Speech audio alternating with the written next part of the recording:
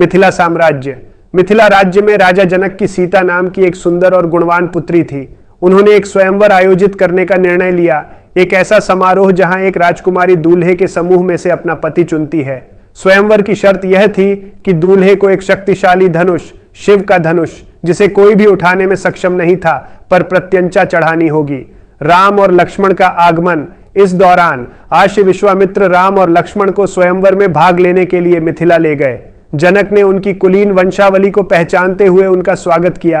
प्रतियोगिता। कई राजकुमारों और राजाओं ने धनुष को उठाने और प्रत्यंचा चढ़ाने की कोशिश की, लेकिन असफल रहे। जब राम की बारी आई तो उन्होंने सहजता से धनुष उठाया, उस पर प्रत्यंचा चढ़ाई और उसे आधा तोड़ दिया। इस प्रकार सीता से विवाह हो गया। इस घटना ने राम की शक्ति और दिव्यता को प्रदर्शित किया, जिससे उन्हें अत्यधिक सम्मान मिला। शादी। राम और सीता का विवाह बहुत खुशी और भव्यता के साथ मनाया गया। यह मिलन सदाचार और सुंदरता के आदर्श मेल का प्रतीक है, जो धार्मिकता और भक्ति से भरे भविष्य की शुरुआत करता है। दशरथ का वचन। वर्षों पहले राजा दशरथ ने एक युद्ध के दौरान अपनी जान बचाने के लिए अपनी रानी कैकेयी को 2 वरदान दिए थे। कैकेयी ने अपनी दासी मंथरा की द्वेषपूर्ण सलाह से प्रभावित होकर इन वरदानों का उपयोग यह सुनिश्चित करने के लिए किया कि राम के स्थान पर उनके पुत्र भरत सिंहासन पर बैठे। कैकेयी की मांग। राम के राज्याभिषेक की पूर्व संध्या पर कैकेयी ने उनसे 2 वरदान मांगे।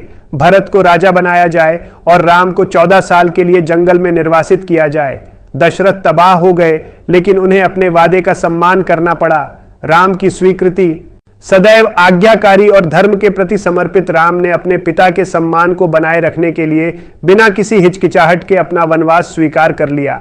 सीता ने अपने भाई के प्रति प्रेम और निष्ठा के कारण उनके साथ जाने पर जोर दिया और लक्ष्मण ने भी ऐसा किया। अयोध्या से प्रस्थान। लोगों के आंसुओं और विलाप के बीच राम, सीता और लक्ष्मण ने अयोध्या छोड़ दी। उन्होंने गंगा नदी को पार किया और महल के जीवन की सुख सुविधाओं और विलासिता को पीछे छोड़ते हुए गहरे जंगल में चले गए। जंगल में जीवन।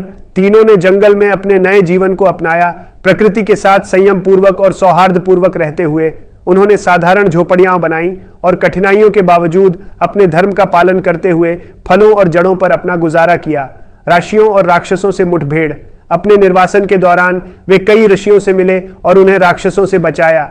उल्लेखनीय मुठभेड़ों में शामिल हैं अहल्या का उद्धार। उन्होंने अहल्या को श्राप से मुक्त कर दिया, उसकी पीठ को पत्थर से मानव रूप में बदल दिया। शूर्पणखा। राक्षसी शूर्पणखा ने राम को बहकाने और सीता को नुकसान पहुंचाने की कोशिश की। आगामी टकराव में लक्ष्मण ने उसे विकृत कर दिया, जिससे उसके राक्षस भाइयों के साथ और अधिक संघर्ष हुआ। खर और दूषण। शूर्पणखा के अपमान के प्रतिशोध में उसके भाइयों खर और दूषण ने राम पर हमला किया, लेकिन वे हार गए और मारे गए। निष्कर्ष। यह एपिसोड जंगल में राम, सीता और लक्ष्मण के शांतिपूर्ण लेकिन चुनौतीपूर्ण जीवन के साथ समाप्त होता है। उनके सामने आने वाली कठिनाइयों के बावजूद धर्म के प्रति उनकी अटूट निष्ठा महाकाव्य के आगे के विकास के लिए मंच तैयार करती है। यहां हमने दूसरा एपिसोड पूरा किया है। अगर ये वीडियो पसंद आए तो कृपया इस वीडियो को लाइक करें और मेरे YouTube चैनल को सब्सक्राइब करें और कमेंट करें। जय श्री राम।